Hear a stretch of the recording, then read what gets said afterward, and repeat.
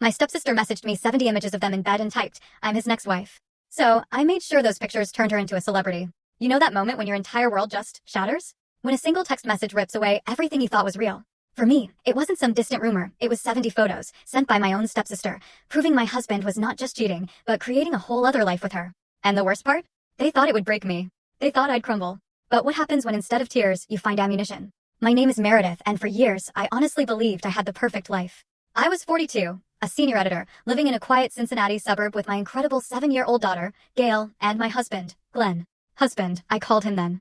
Now, I'm not even sure what he is to me. The precise moment my life imploded was 2:21 in the morning.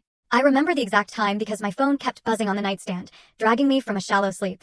Glenn wasn't home, of course. He'd claimed he was out late for some big business dinner, supplier for our auto shop. It was a familiar, painful excuse. But this time, the buzz wasn't a random notification. It was a text from a number I knew instantly, my stepsister, Valerie. Valerie. That name used to be just an irritation, a constant, entitled reminder of the awkward time my dad remarried after my mother passed, dropping this spoiled 20-something into my already complicated world. Now, that name just tastes like acid in my mouth. I squinted in the dim light, my heart doing a weird little flutter, and opened the message. The first one was stark, brutal, just plain and cold. "I'm Glenn's next wife." I blinked. Once, maybe twice. It was like reading a joke with no punchline, except my stomach dropped to my knees. The rain was hitting the window, a dull, distant sound. Then the flood came. Photo after photo popped up.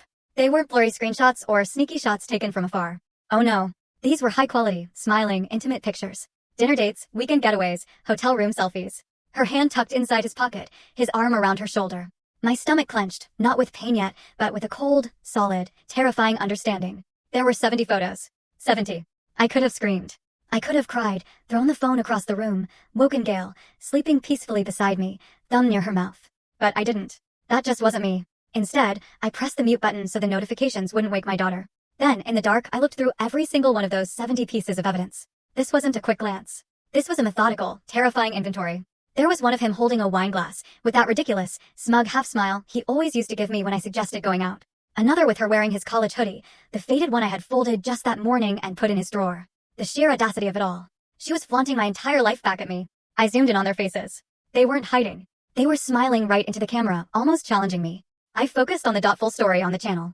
Link below. Click now and watch what happened next.